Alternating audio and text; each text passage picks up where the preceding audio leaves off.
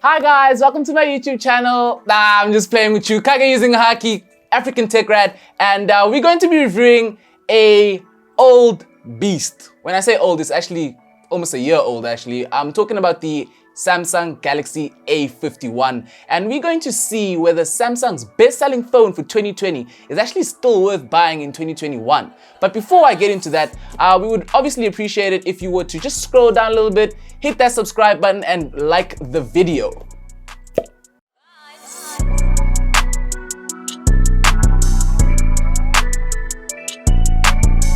So the A51 is, quite frankly, a huge phone. So it's about 6.5 inches, plastic back, quad camera setup, and it's basically for, you know, the consumer, because I mean, it is a gigantic phone. If I must be frank, it's actually one of the best phones for the price range at this size.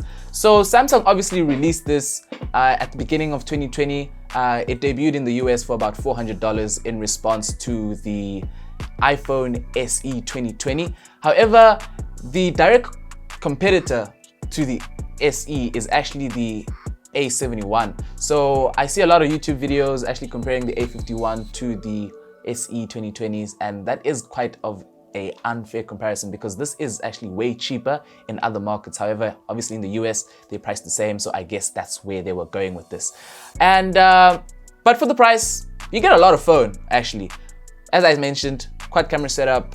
The only real thing to actually mention is obviously the main sensor and the ultra wide. The depth camera and the macro camera is obviously just more of a marketing gimmick to actually, it's easier to sell a phone if you say I have 4 cameras than to say I have 2. It's just common sense. So getting into the design, big phone, big sensor, small little hole punch over there, quite very small actually, and super bright screen. It obviously has, I mentioned, plastic back, aluminum frame, headphone jack, 22 watts, 25 watt charging. Oh, my bad, almost downplayed it over there. And the speakers are actually very great. I'll obviously give you guys a sample of that. And right now we're going to be diving deeper into the internals of the phone. Okay, so looking into the stats, the A51 rocks a 6.5 inch 1080 Super AMOLED display, rocks obviously Android 10, One UI 2.5, Exynos 9611, which is a 10 nanometer chipset.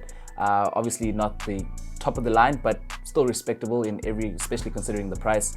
And the model that I currently have is a 128 gig, 4 gig option. However, there are obviously different options such as the 64 gig, 4 gig RAM, 128 gig, 4 gig RAM, 128 gig, 6 gigs of RAM, and the top of the line 128 gigs with 8 gigs of RAM. And it rocks a UFS 2.0 storage, which obviously gives you pretty okay fast data speeds transfers. With regards to the camera, the main sensor is a 48 megapixel, obviously has a ultra wide that is 12 megapixel, 5 megapixel macro, and a 5 megapixel depth camera that is not really worth mentioning. And these cameras can record at 4K 30, 1080, 30 to 120 FPS. Selfie camera is 32 megapixel camera, and you can obviously record 4K 30 as well as 1080 30 frames per second. It's a 4000 milliamp power battery, which is obviously, it goes a long way. I've never had any problems getting through the day. And actually, I would actually say if you are a light user, like your granny, assuming your granny likes big phone, assuming your granny has a big phone and she actually enjoys going on Twitter, Snapchat, or just having you on speed dial, then obviously this is a 2-day phone. However, for me as a power user, it obviously got me through the whole day, and I have everything on. So I'm talking Wi-Fi, I'm talking everything like that. So I never had any problems, especially with the fast charging that I have. It's never a problem as in, yo, how much battery do I have left, so on and so forth. So yeah, battery, user experience, what can I say? It's Samsung One UI. So you get basically the same experience as you get from Samsung's top-end flagships, which is the S21, and so on and so on and so forth. So it's pretty much recognizable. If you are a Samsung fanboy or Android fanboy in general, you already know what to expect. Slight tweaks from obviously the Samsung's UI that they add on top of the stock Android. So just makes your life a tad easier, basically. And so I'm going to be obviously running a few speed tests with regards to opening apps, and we'll see as to how fast is it in general. So the A51 obviously has a 60Hz refresh rate panel, and it's obviously not the top of the line as to compared to, you know, modern day flagships, specifically speaking, you know, from 2019 or 2020, 2021 flagships. However, the device doesn't feel slow in any particular way. I don't struggle to open apps, and it's actually quite fluid. That is obviously tribute to Samsung's customization of this whole Android skin One UI. So for me personally, it's actually one of my favorite skins. I know a lot of people actually prefer the OnePlus stock experience. Well, previously they used to have a close to a stock experience. However, obviously OnePlus is actually changing from that stance. However, I do prefer, you know, the whole customization that manufacturers actually make on their skin. It actually makes it a more unique experience, as in, like, I actually don't prefer the whole Android phones actually all looking the same. So I actually applaud Samsung for actually trying something different, and obviously they nailed it with the A51, as everything's fluid, which is how it's supposed to be. And obviously opening multiple apps, it's not really going to struggle, as I mentioned, this does have 6 gigs of RAM, so it's a good phone. It's a good phone. Obviously, if you're comparing it to something like a SE 2020, the SE obviously blows it out of the water due to it having a stronger chipset, the A13. So it's quite of a, I would say it's an unfair comparison, as this is an Exynos chipset, and it's not even equivalent to Snapdragon versions, and it's definitely not a competitor to a top-of-the-line chipset such as the A13.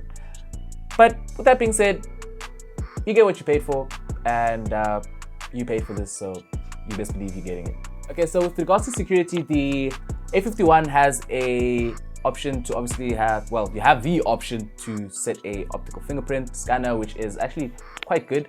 It's not slow, it's not really finicky, it gets the job done. And you obviously have a 2D facial unlock. Obviously it's not as secure as Apple's 3D, everyone knows that.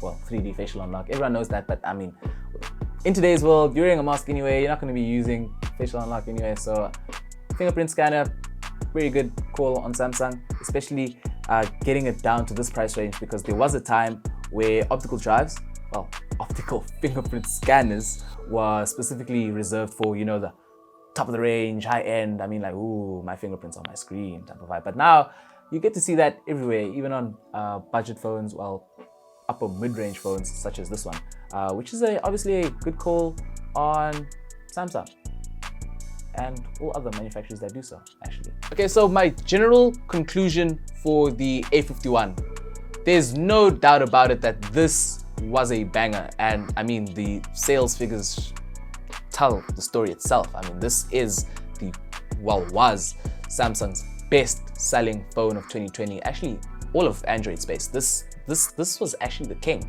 And throughout the review, you can actually tell by the tone that this is still solid.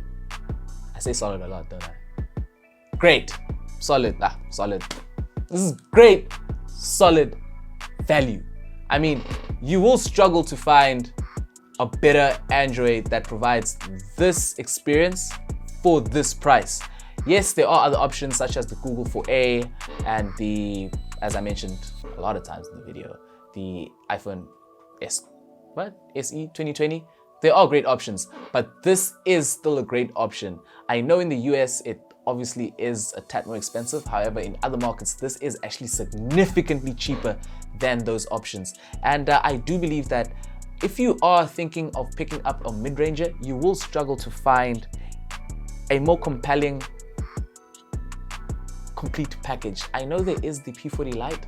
However, this whole thing about, Huawei, Google mobile services, I mean, yes, you could sideload the apps, but are you really going to do that when you can just get a phone that has it already? Speaking about that, I will be making a review about that, and we will see whether it's actually worth the whole faff, because I know tinkering is not really for everyone. So, to cut things short, great phone, thinking of getting it, you'll not doubt, you'll not regret it, basically. Okay guys, so those are my thoughts on the A51, and obviously if you loved the video, we would appreciate that you like it. If you hated the video, I would still want you to like the video. Okay, just joking. You obviously don't hate the video if you reached this far. Don't forget to subscribe. African Tech Grad has a whole lot of videos waiting for you guys. So we really want to see the engagement from you guys. So please engage with us in the comments. If you have any other video ideas, pop it, man. Pop it.